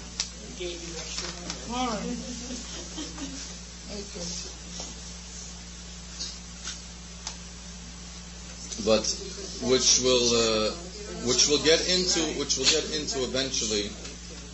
And Matse Hashem is that you'll be surprised to see how many areas that we believe we know the law, in fact, is only so because that's the way it always is, but the law does not necessarily state that. I'll give you one more quick, for instance, to go on, and then we'll go on, because this is really a fallacy. Say if, God forbid, someone passes away, and Kaddish has to be said for the person, or if it's Yartzeit, right? Or if it's Yartzeit. Say a woman has Yartzeit, whatever, a father, whatever. Does the woman get up to say Kaddish? This is what I want to know. Does the woman get up to say Kaddish? This I want to know. Yes. Well, listen. You're not supposed to. They are. I mean, unless the shoe section was wrong. Who's got the floor? Well, he's waiting, I guess. Since he has the question. Is it, well, I have an answer. I just want to see, I want to hear what various opinions on it. I want to hear what I would say no. Well, I would say if there's a man that has like a son who says it, then it frees the woman from that responsibility. But if there's no son, then the daughter is permitted to take over that responsibility. Okay. Let's see what he has to say. We're sisters. My mother, we're three daughters. And when Papa died, long before that, Mama had preserved Kaddish Sugar in Yerushalayim. For herself, for him to do and for Papa. And Mama never told us that we should get up or say and it's not necessary for us to get up and say it. And I never did, and I always questioned about that. Right. However, contrary to whatever traditions may be in the various shuls, or contrary to whatever sects might do their thing with their beliefs, the law, and again I'm stating the law, not the traditions in the various shuls. Law is that it is 100% permissible for a woman to say Kaddish for whoever she wants to say Kaddish for. Now, the point that you made, however, is valid. If there is, for Kaddish to have its effect, though, a male should be saying the Kaddish, being that he is part of the minyan. So he's saying his Kaddish B'tziva, which means publicly, people are answering Amen Yehei Shmei Rabba, and so on. So for the Kaddish to have its full effect, for the purpose of Kaddish, a male should be saying it because he's counted to the minyan, and he's saying Kaddish within the minyan. A woman, of course, is not being counted to the minyan, so her Kaddish is not a minyan said Kaddish. But as far as her personally being able to say Kaddish, it's 100% permissible. 100% permissible for a woman to get up and say Kaddish. That's the halacha, that's the law. Perhaps one of the reasons why it has never been publicized is because it'll come during davening in shul, and in fact you'll hear women getting up and saying Kaddish, which we might come back to one of the laws that we learned last week, that you should not hear the woman's voice in shul because it might be distracting. When gets up and starts saying a beautiful Kaddish, so it might be distracting, which is the other law. But if she wants to get up and say Kaddish quietly, or say Kaddish to herself, really, but she feels that she wants to say Kaddish for her dearly departed one, based on her feelings, it's 100% permissible. 100% permissible. Isn't the island supposed to answer? If she says it silently, so to speak, aren't the rest of the minyan supposed to answer? Well, that's what I'm saying. It wouldn't be proper for her to say it that loud, because then we'll come back to the fact that a woman's voice is audible in the shul, which it should not be. But as far as halakhically speaking, is she permitted to say Kaddish? Or every time she's saying Kaddish, is she saying a prayer in vain? That is wrong. A woman can say Kaddish 100%. I only mention that to point out another area where a woman can also do something, though it's been known popularly that it's the man's job, but in fact a woman can do it 100%. And as we go on, you'll see more and more things. But the questions that we're talking about is on the daily schedule, as far as all the other laws that we learned, as far as the brachos and so on. Which Yirtzeh Hashem by next week we'll break it down into detail, and we'll go through it in detail, what applies, what does not apply, and so on. Okay, so at this point we're talking about 100 brachos to make a day.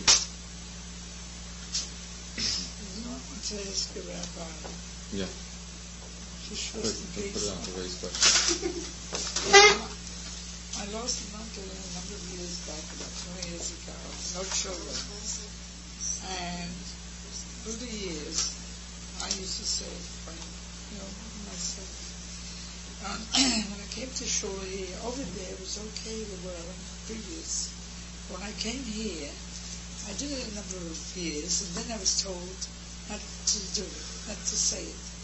It's not your father or wife, but it's my uncle and the children. You can say Kaddish for anybody. So I said it to him. You can say Kaddish for anybody. And my brother who was killed years ago, I told you, these are the ones I really not go to shul. My mother, father, they have it something. You can say Kaddish, or this has nothing to do with this, but as long as you mention, you can say Kaddish, or you can light a yahrzeit candle for anybody, for a friend that you feel you want to say the Kaddish for, or you want to light the lamp for. Okay? You can do it for anybody that you feel it's appropriate. The only restrictions is if a person has parents that are living, so they shouldn't go ahead and say Kaddish, simply because, of course, Kaddish is a prayer for the dead. And in fact, if God blessed you and you still have parents living, so why would you want to go ahead and say Kaddish, as far as that goes? But the fact that it's permissible is 100%. My parents died, I start saying it. They both died. There are in some shuls, I heard just recently, that when it's time for Kaddish, everybody gets up and says it. And of course, like you just said, the people who have, their parents living, they feel that they shouldn't be saying it. The rabbi says you're saying it for all the Jewish people who died. I tell you, if you have parents, you don't say Kaddish. Yeah, I agree with that. The only way you go see Kaddish says, if you have parents, if you go ask your parents, do you mind if I say Kaddish? And it's an awkward, and if the parents say, I don't mind, so fine, but it's an awkward thing to ask your parents. They would say no because they're still living, It says it's the only way that you can say Kaddish if you have parents. If your parents say they don't mind. But it's an awkward thing to do. If your parents thank God are living, why would you want to say Kaddish? If it's for someone else, so they'll find someone else to say the Kaddish for them. That's what I asked Rabbi Saninsky when the parents thought that I could do it for my uncle and for my brother. He told me to do it. Oh, he did tell you to do it. Oh, it's fine. So he knows what he's talking about. Okay, 8.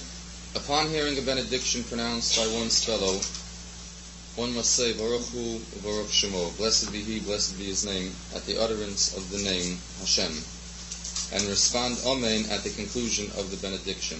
Which means, before we go into what the word Amen means, is that if a person makes a bracha, Baruch Atah Hashem, whoever is listening to the bracha says Baruch Hu Baruch Shemo, which means blessed is he and blessed is his name. When the person concludes the bracha, so you answer Amen. At the end of every bracha, you answer Amen. Amen means it is true. And therefore, when saying Amen, we must have in mind these two things: that what the benediction says is true, and that we believe it in it explicitly. In responding Amen to benedictions, which also include a prayer, for instance, the benedictions in the Shemona Esrei, beginning with Atafonin Odom Das, thou favorest man with knowledge, which happens to be the first of the benedictions after the initial brachas, until Hamachzeh Shchinos Tzion, he who restores his divine presence to Zion, and Sim Shalom, which is next to the last of the prayers, bestow peace. We must have in mind these two things: that the contents of the benediction is true, and that it may be the will of God that the prayer be accepted soon. In responding Amen to the Kaddish, which contains a prayer for the future only, we have in mind that the prayer be accepted soon. In other words, when a person hears someone else making a bracha, or during the davening of the Shemona Esrei, so you answer Baruch Hu, Baruch Shemo. When they say Baruch Atah Hashem, you say Baruch Hu, Baruch Shemo. And when the bracha is concluded, you answer Amen. And you have two things in mind: that what the benediction says is true, and that we believe it explicitly, which basically means the same thing, I guess. No, if you believe it explicitly, so obviously you believe that it's true. But in other words, you have in mind your full belief when even responding Amen to another person's bracha. If you're the one making the bracha yourself, or you're the one that's doing the davening yourself, so automatically, as we said before, your mind has to be into it 100%. What he's telling us now is that even if you're only responding to someone else's bracha, you also still have to keep in mind that that you believe everything is true and that you believe it explicitly. In Kaddish, when you're answering Amen, which is basically a futuristic prayer, so you have in mind when you answer Amen that indeed it may soon come to pass. Interestingly enough also, Kaddish, which is a prayer for the dead, nowhere in the whole Kaddish is the word death or any thought about death even mentioned at all. Nothing in Kaddish even pertains to death at all. Interestingly enough, it happens to be the prayer for the dead. But death per se is not mentioned in Kaddish at all. Rabbi? Yeah. Let's say Amen at the end of the prayer. The word A-M-E-N. Amen. Right. Now, Amen in the non-Jewish prayer and the Catholic prayer. And we also mean it so be it. Yeah. Is there a definite tie-up between the two words? He doesn't bring... from us? Well, that of course.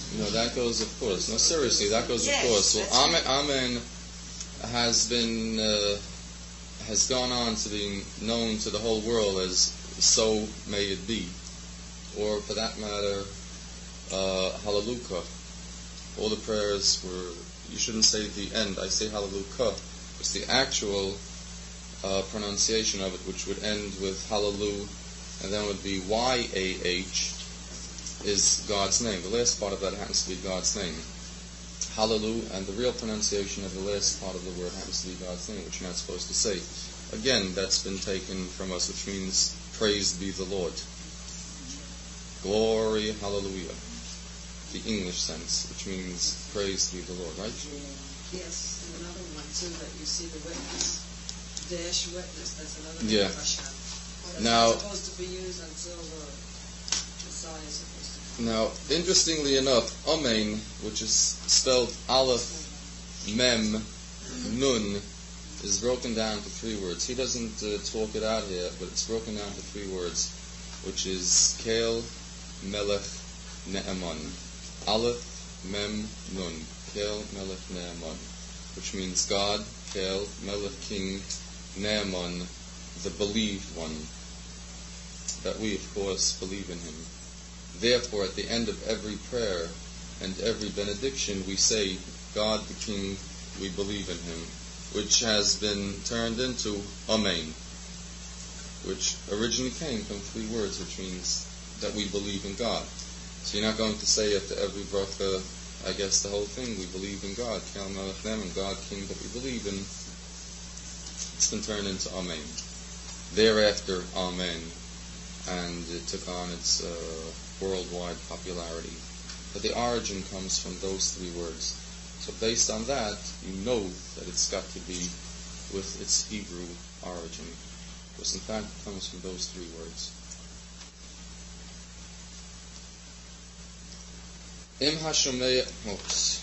If we are reading that portion of the prayers during which no interruption may be made, we should not say Baruch Hu, Baruch Shemo, blessed be he and blessed be his name. We get into it later. There are certain parts of the prayers that one is not permitted to interrupt and say Baruch Hu, Baruch Shemo.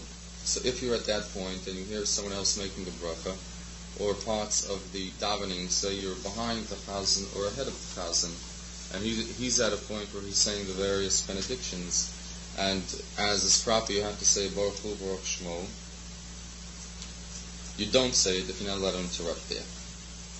Also, when we hear a benediction to which we need only listen in order to fulfill our obligation, as for instance, the benediction said before the sounding of the shofar, or the reading of the Megillas Esther, we must not say Baruch Hu, Baruch Shemo, because such a response would be a break in the benedictions. The laws relating to the responding of Amen when reading that portion of the prayers, during which no interruption may be made, will be discussed, he says right here, God willing, in chapters 14 and 16. So there are two things here. First of all, if you're at the part where you're not allowed to make any interruptions, Amen is not considered an interruption. But the first part, Baruch Hu, Baruch Shemo, is considered an interruption, so you're not allowed to interrupt. Because it's considered a break within your own prayers. Point 2 is that if you're listening to a bracha, where he only brings down two things, which is the blessing before the shofar and the blessing before the Megillah. In fact, any bracha that a person hears that someone else is making for him, and I should really explain what this means also. For instance, okay, I'll give you a for instance. It's Friday night by the table, and the head of the household is making Kiddush, right? He's making the whole Kiddush, including the bracha on the wine, Bori Pri HaGafen, and he finishes the Kiddush. And he passes around wine to everybody at the table. Does everyone now go ahead and make their own blessing on the wine? Or is his blessing sufficient to cover everyone else, and they can go right ahead and drink? They don't have to make their own Bori Pri HaGafen. It's the process. You don't speak. We don't have to make you right. Does everyone understand? Yes. He Yeah. says that he has it in mind that he's making a bracha for everyone. Otherwise, then everybody has to make their own. If he doesn't specify. Also, I is agree if with you that. don't, if those Yeah, he has to who mention. you're referring to, children, I assume, if they don't speak, they don't have to say the bracha. But if they speak, they have to say it. Right. How about on the bread? How about on the bread? You finish Like washing. Right, you finished your Kiddush and everyone got up and they washed and they sat back down by the table and everyone washed it and everyone's sitting by the table now and the head of the household again is making Matse Wunderlich and he cut into the challah and is giving everyone a piece of challah. Does everyone have to make now their own bracha on the bread? I don't think so, Rabbi. Not if he specified in the beginning of the Kiddush that he is going to be doing the bracha, and then we say Amen. That's it. Beginning of the Kiddush or the beginning of the bread? The beginning of the Kiddush, and then of the challah, it's automatically we would say Amen after he says it. In other words, if he specified at the beginning of the Kiddush that he's making the Kiddush for everyone, And with us in mind, we would just. Then when it comes to the challah, he makes it, and we say Amen. does he have to specify again at the beginning of the No, challah? because then we automatically know that he's doing it for us. No, I If think he it was specified at the beginning of the Kiddush and he and made the bracha of Kiddush for everyone, then everyone went to wash, does he have to specify again now by the beginning of the challah? No. I think each one has to make their own bracha on the bread. Makes a Each bracha one for washes washing. their hands and each Suppose one you have a big family, you have 8, 10 people. That's not. So the head of the family, which only goes by age. Okay. So let us say the Law- father washes, he makes the bracha for washing, goes to the table, cuts the Okay, the law- barley, and he makes the prayer. And then the child can come over 3-4 minutes later. Okay, the law is the following.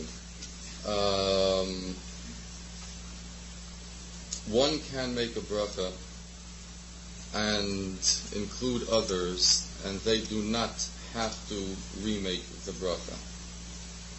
However, just to correct, what you're saying is right, just one correction over there, is that before every time you're making that kind of bracha, you do have to specify that I am making it for everyone. In other words, if you say before the Kiddush that I am making Kiddush now for everybody, in fact, he makes Kiddush when he says, Savim Onon Rav Isai, which in his mind, now the main point here is that in his mind, he has to say the bracha that I am making is for everybody. In turn, the people who are hearing the bracha have to have in mind that I am now going to drink, and I want to be included in the bracha that he is now making for me. The wine is then passed around. No one is allowed to talk. The reason why no one is allowed to talk is that would be a break in the bracha that he made, and until the drinking part, that would be considered a break, which means you're no longer a part of his bracha right now. Because after you make a bracha, you have to drink. It's as if you made a bracha myself. And if he made the bracha, and I want to drink on his bracha, which means you have to drink right away, what you said, you're not allowed to be matze, which means you're not allowed to cut the bracha by talking. When you go to eat, when you wash to eat, and you make the motzi, again the same thing. That you make the bracha on the challah say, and you pass around a piece of challah to everybody. Again, when you make the bracha, you say birshus, which means with the permission of all of you, birshus, with your permission, I am making the bracha, and I have in mind to cover everyone who hears the bracha. They in turn want to accept his bracha that he is making for everybody, and again they can eat a piece of challah right away without any interruptions once more. Now there are two more points in here. I guess in most religious homes they don't do that because they want the child to know that the wash, Exactly. Exactly. For chinuch purposes, which means for educating the child, how is he going to learn? How is my child going to learn how to make a Bari Kriya Gofen and a Motzalef Min Arts if all he has to do is sit there quietly and he gets his food? How is he going to learn the whole concept of knowing that I have to make a bracha before I eat something? So for chinuch purposes, for educational purposes, a child has to go ahead and make his own brachas constantly. Now, another point. Every day when you read, you have to say a bracha yourself. So that's the only way you have the privilege of doing it. This only applies if it's on a Shabbos or on a Yom Tov where you're talking about a whole challah or a whole bread.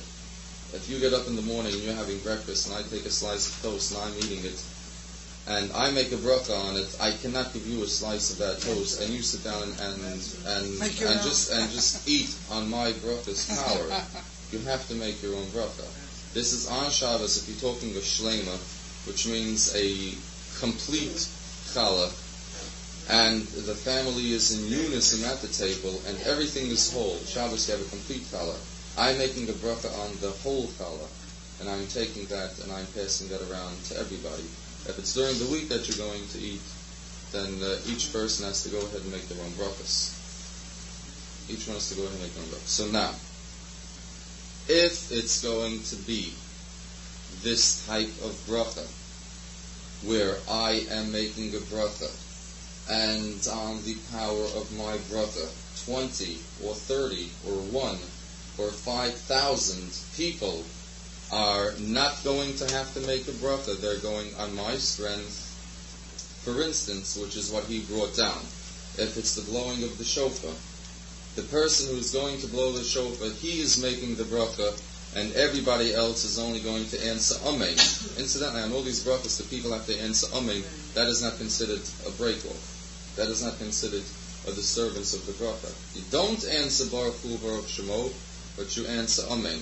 Or if you're going to learn the Megillah, where the person who's about to read the Megillah is making the bracha and he is encompassing all people present in shul, if it's going to be that type of bracha, right?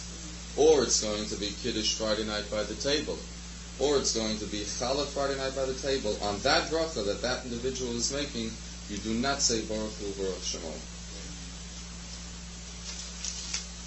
Only amen at the end of the bracha. What happens when you go to a wedding? You can make somebody that's called up either at a wedding or a bar mitzvah, and the grandfather who's there gets up and he may say Moses to the whole congregation. It can be, but I wouldn't rely on it, because chances are the person who is making the bracha is not having in mind all the people, and the people who are there are not having in mind in turn what he is doing. But should it be that it is a shlema, that it's a full challah by a sudas mitzvah, say a wedding, or a bris, or a sheva brachas, or something to that effect, then in fact it can be done the same thing. In fact, it can be done the same way. But being that it's usually not the situation, so you stay away from it. Or of course, any situation where you are in doubt if the person had me in mind, or if the person might have had me in mind, he might have said Bershus that I have in mind everyone who's sitting at the table, but in fact my mind wasn't thinking that at all. I'm thinking about something else, then I cannot go on his bracha. Though he is thinking me, If I am not thinking him, then you cannot. It's got to be the combination of both. That he is thinking me, and I am thinking to go on his bracha. Mentioning God's name in vain, would it? For you to make another bracha? If one has already been said. No, because the point, one has been said by him, but one has not been said by you yet. Had you gone with his, fine. You didn't go with his bracha, so you have to go with your own bracha. So he only points on to two things over here. I should mention something else, really, as long as we're on this.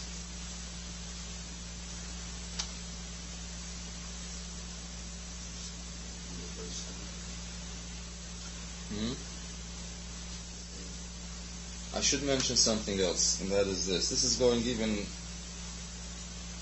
a bit further. If a person, it's Shabbos morning, right? We finish davening, we go into the Kiddush, right? It's Shabbos morning. Now, Shabbos morning, Shabbos period, you're not allowed to eat unless you hear Kiddush first, which is what we get into later. I'm just touching it on to this because it pertains to this also. You're not allowed to eat Shabbos unless you first hear or make Kiddush. That's the law. You're not allowed to eat Shabbos until you first make your own Kiddush or you participate in somebody else's Kiddush and you hear Kiddush.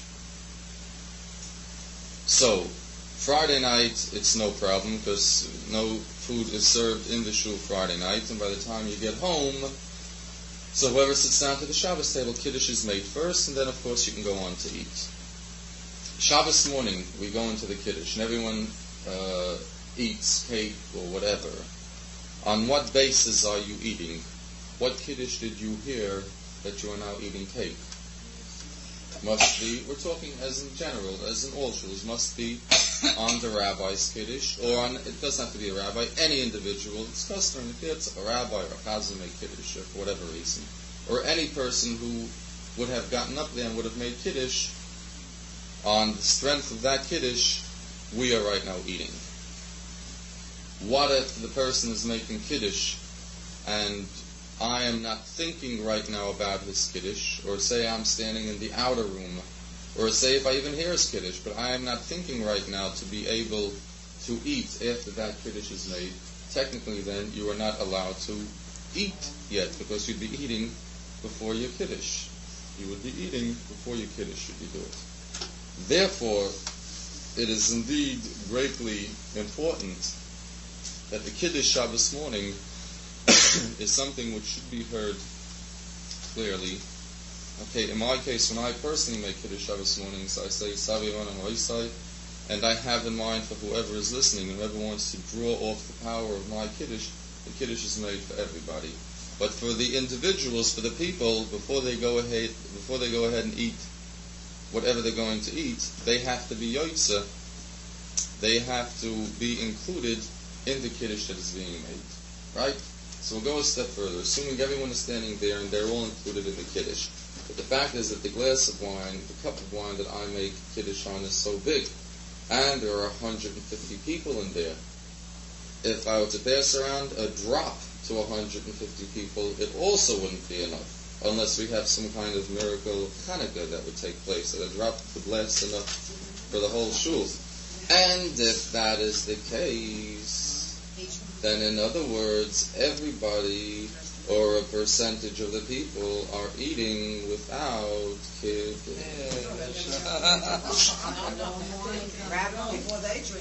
Right, of course. I hear a lot of people do that. Right, of course. If they want to make their own Kiddush, it's fine, which is the whole Kiddush that's in the Siddur. But if there are a majority of people who, after they hear Kiddush, they go on to eat something else, and if that's the case, then on what strength are they eating right now? Technically, they're eating without Kiddush.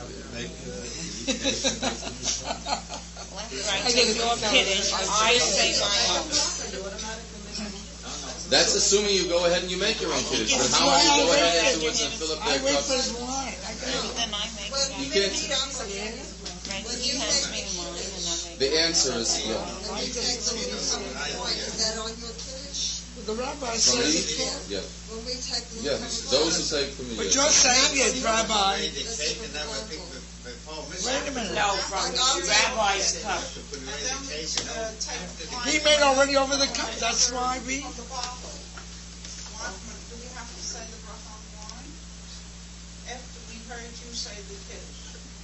Now, do we, we drink wine from the bottle, not from your cup. Do we then still have to make Sure, I did. My bracha was not on that wine. My bracha was on the cup of wine that was in my hand. I always take from his cup. Okay, now the way out for this is the way out. I hear what you're saying. If you drink wine, this is not pertaining to this. This is even pertaining to before. If you're sitting Friday night by the table, right, and I have 10 people around my Shabbos table, and I make kiddush, and I have in mind to include everyone into my kiddush. Everyone has in mind to be included in the kiddush. Do they have to drink my wine from my kiddush, or can they take wine from the bottle and drink it? No, it has to be from my kiddush. If it's a small cup, what you do is you pour up a little bit as you pass it around. You leave a drop in the cup, and you refill your cup again and do it again. And in other words, part of the original kiddush mixes with the rest of the wine to pass it around. You asked for a Shulchan Aruch class. Now on Shabbos. Now on. Yeah, that's what he's saying. Once you take from the bottles, not on. Once you take the bottle, it's not my kiddush. But.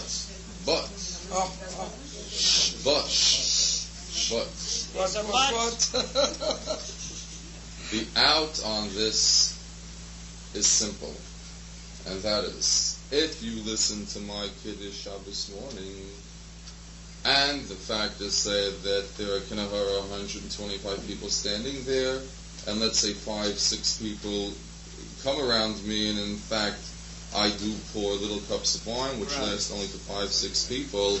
Anybody who heard the Kiddush that I made and had in mind to be included in my Kiddush must not say a word, but immediately walk over to the cake, pick up a piece of cake, make a bracha on the cake, and have in mind that that is your participation for the Kiddush. And by doing so, or by doing wine, and by doing so, you participate in the Kiddush. You make a bar piagafen because it's not my wine, it's your wine, but you're still carrying it on the strength. In other words, or if a person does not drink wine, cannot drink wine, you take a piece of mazonos, you take a piece of cake or a cookie or a cracker, and again, you do not speak out because you're using that kiddush for whatever it is that you're going to eat now, and you make a bar mazonos and you eat a piece of cake. And that includes you in the kiddush. So they have the wine and cake and then they say good Shabbos. Or you say good Shabbos before you make kiddush. Or you say good Shabbos so for whoever made kiddush and home afterwards, they're not allowed to eat anything here until they go home to make kiddush. Say that again? Let's say someone doesn't make kiddush here. Yeah, then they can't eat anything. Makes it at home, so they cannot eat anything here. You got it. You got it. If you're not necessarily making your own kiddush, if you're not participating in the kiddush here, then you can't eat anything. You're eating before kiddush. When you start, Rabbi, and you say Allah came, that everybody can hear. What does that mean? That's part of the kiddush. Yeah, but what does that? Therefore, God no, just that alone. You say loud. There's a part that comes. There's a part that comes. That's what I wanted. There's a part that comes before that also, which I say to myself, Alkin is just the last part of it, which is part of the Kiddush, which means Alkin therefore God blessed the seventh day and sanctified it and made it holy. And then Savrim or another Rasai, which means by saying that, and what I have in mind is that whoever is listening and whoever wants to partake in the Kiddush with me, I am saying it out loud, and I have in mind everyone who is in this room and everyone who could hear my voice. They in turn have to have in mind that they want to be a part of the Kiddush. If they don't get to the wine, fine, they don't get to the wine. So you take a piece of cake, you make the bracha on it without speaking in between the kiddush and the bracha, and that's their kiddush, and they can go on to eat. Different laws that we'll get into later are that if they eat several pieces of cake, or say if you go on to drink a certain amount of wine, then you're responsible to bench to make the alamichya, which is a different type of benching on the cake. Now, if you eat one piece of cake, depending on what size, you don't have to bench afterwards. It's not the same type of benching, it's a different type of benching. If you're going to go ahead and turn it into a little party where you're having 5 or 6 pieces of cake, then there's a special benching in store for that also. The same thing with wine. If you're going to have a little bit of wine just to be sociable and to say good Shabbos, then there's no benching involved. But if you're going to go ahead and make a party of it and go, yahav, then there's a bracha, then there's a bracha in it. Yeah. I have a solution. I have a solution as far as the wine kiddush. I think it's within the next 2 pages. No, Sandy and I are going to have something and get you a big goblet. So it can be passed around to everybody. Fine. Oh, that's what they call shkaya? Right. Not a bad idea, Regina. Not a bad idea. Not a bad idea at all. I suggested give Ray you just a Schneer little has bit. just donated a large silver That's goblet. all. I figured on that. Steered it onto the And chair. I think you should do that. It's not a bad idea. I know my share I get. Stella's trying to beat me now. She runs over to Right, Stella you're like, covered.